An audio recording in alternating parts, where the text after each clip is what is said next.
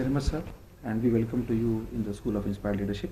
So, the first thing is that your expertise lies in HR.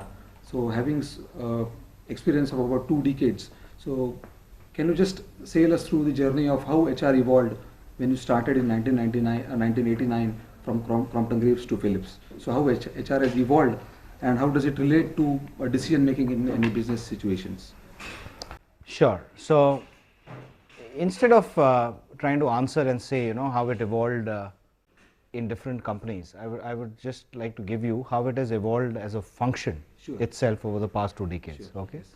So, in the late 1980s, when I started my career in human resource management, that time the name itself was personal management. Okay. And HRD used to be the development part of personal management. Okay. That's how it was. So basically what it was and what it is today. So what it was a very, very high on transactional kind of a function. Okay. So managing the time office was a huge activity, very, very important. Okay. Running payroll was very, very important. Looking after security, administration was very, very important. Okay. Then looking after training, which was purely classroom based training, okay, was very, very important. Dealing with unions, industrial relations, getting the agreement signed was the biggest part. Okay. So all these were the so-called main activities of HR then. And that's why I say, if you were to look at all these activities per se, they're very transactional. Okay. To where it has evolved today is it has evolved from being a personal management function to being HR as a business partner. Okay. So if there's business, how can HR partner with that business to make that business grow? Okay. And exactly the same and opposite has happened, okay, of where it was then and where it is now. So today the human resource function doesn't look after payroll, doesn't look after time office, doesn't look after administration and security. All that has moved to facilities. Okay. Yes, there's still a fair and a very important bit of dealing with industrial relations, unions, etc., and which is good, okay, because that's important, but that's if you're in a manufacturing driven. Even on training and development, the concepts have changed. It has moved from just pure classroom training to developing interventions which are more towards on the job, learning on the go, learning anywhere, okay, versus just classrooms. That's become just 10%. The remaining 90% is towards on the job, okay, is through technology, is also through leader-led coaching, etc. Okay, that's how learning is happening. And very important and new concepts which have evolved and have come, okay, and which have gained importance, like total rewards, compensation, okay, talent management, okay, how do you manage talent and build the talent pipeline for critical positions, etc. These have become the core and the key, so as to say, the expert functions of human resources. So in nutshell, I think this has been the evolution of HR from a very transactional base to a very strategic HR business partner one.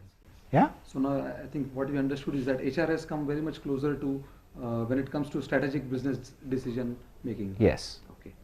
So now with this your experience of 2 decades now, what do you understand about leadership? I mean, what quality of leaders does India need now to build our nation in a much better way than now it is today? Well, the kind of leadership required for leading a nation is that of a tall and a very high order. Let me try and focus and speak more about what is the kind of leadership required for taking organizations to the next level. Sure, okay. Yes. And it's not very different though, what the leadership qualities, traits, styles required for leading an organization versus leading the nation, but it's the traits of the leadership. So the first and most important trait or the requirement of any leadership is integrity, honesty, and sincerity of purpose. Okay. If that isn't there, then the entire foundation itself is wrong. All right. Second is the ability of a leader to not only go wide, but to also go deep. Okay. Whether it's knowing the things conceptually, or knowing a human being or an individual conceptually, or knowing the design of the organization conceptually and in detail. So you require the width as well as the depth, okay, and not just because you've become senior, so you'll be scratching the surface. Okay, that is the second I would say. And third is,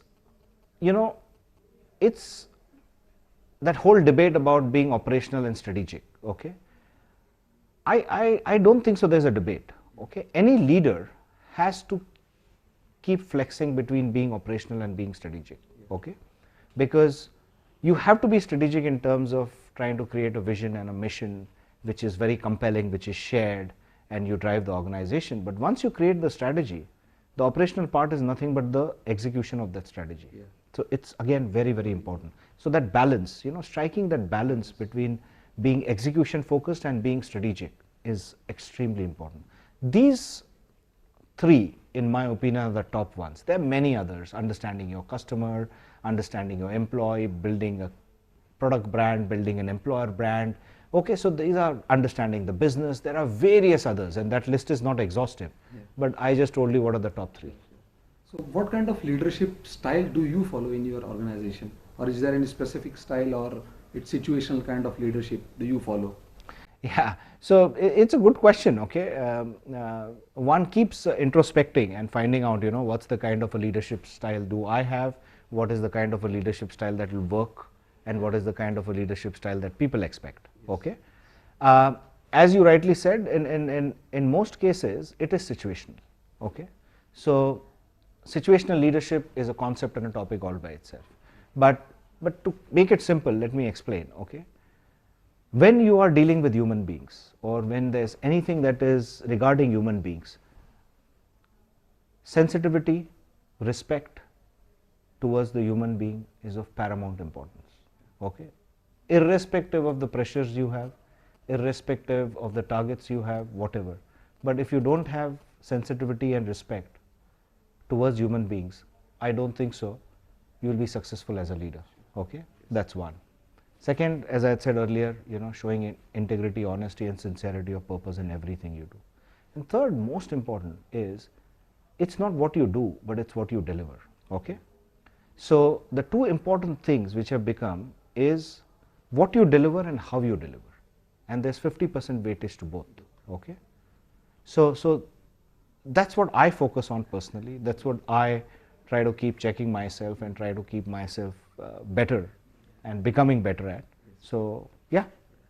Okay, the next question which I would like to ask is that pre-MBA, you had 7 to 8 years of industrial experience, and then during those times also you displayed good leadership qualities and transformed organizations.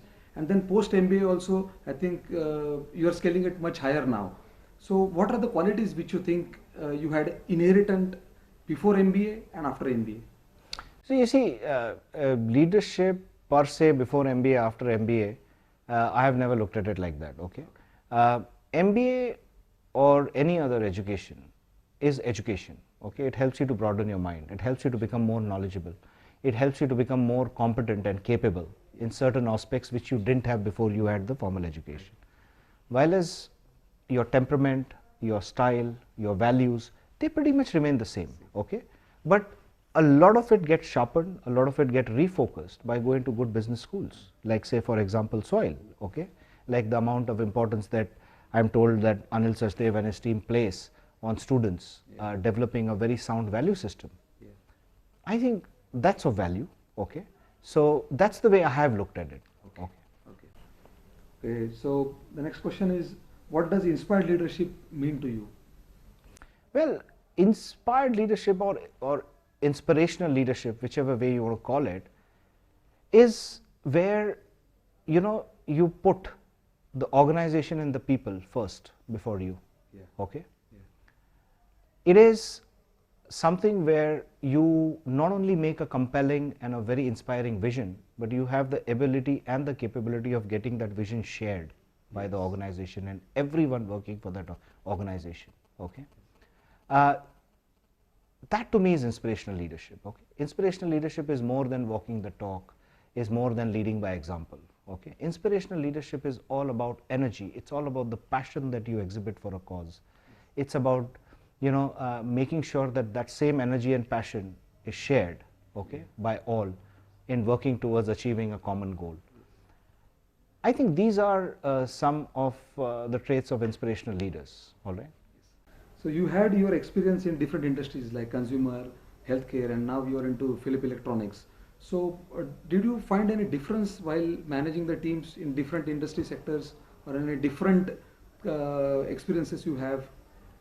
Oh, of course. So every industry differs, okay? So say for example, healthcare. Now within healthcare, there is pharmaceutical, there is medical devices, there is diagnostic equipment. But healthcare has its own macro and microeconomic challenges, okay? It has its own business models, okay? It has its own nuances in terms of a customer base, in terms of a consumer base. So understanding the dynamics and the depth and the details of an industry is very, very important, okay? And they differ from an industry to industry, because what are the levers for growth, say in a consumer industry, is very different from the levers of growth in a healthcare industry, okay? The same are very different for say any other industry in which I may not have worked, but say any other industry which could be say power or you know, natural resources or automobile, wherever. So the levers for growth, the levers for change, the levers for progress are very, very different, okay? So you need to understand that. So understanding the industry, making sure that you are on top of the nuances of each industry is key and is important. That's been my learning. Okay. So did you find any challenges while switching those levers from, for example, consumer to healthcare, or drastically you have to change yourself for much while switching those industries, or the basics remain the same? No, you know, so there are certain knowledge, certain skills and competencies which you build which become transferable, okay? Yeah. But then there are certain capabilities, skills, competencies which you have to build which are new, which are only required for that industry. So I wouldn't call it it's a challenge, but you have to make an effort to learn that. And the moment you learn and you build those skills, then you just get more and more effective. So the last question is, what message would you like to tell to the young management graduates looking forward for the coming year and overall for their career? You see, well, I'm not sure if my message is any worthy, but since you asked for it, let me share, you know, and this is what something I've truly believed in. I think it's very important that any young aspiring management professional or graduate should actually get to know first what his or her capabilities are, what his or her interests are, okay? And then get into something that you love, that you want to do and you want to pursue as your passion, as your hobby. Don't follow money ever, okay? Do something that you like, that is your passion, and money will follow, okay? Don't do it the other way. Those who start following money often end up falling by the wayside, but those who make their profession their passion, money follows them. Okay, sir. Thanks a lot. Thank you. Useful discussions, and hope we learn and see you soon again in School of Inspired Leadership, because you had to share something more about your careers and useful discussions. Oh yes, I look forward to that, and thank you very much. Thank you. Thank you so much. Thanks.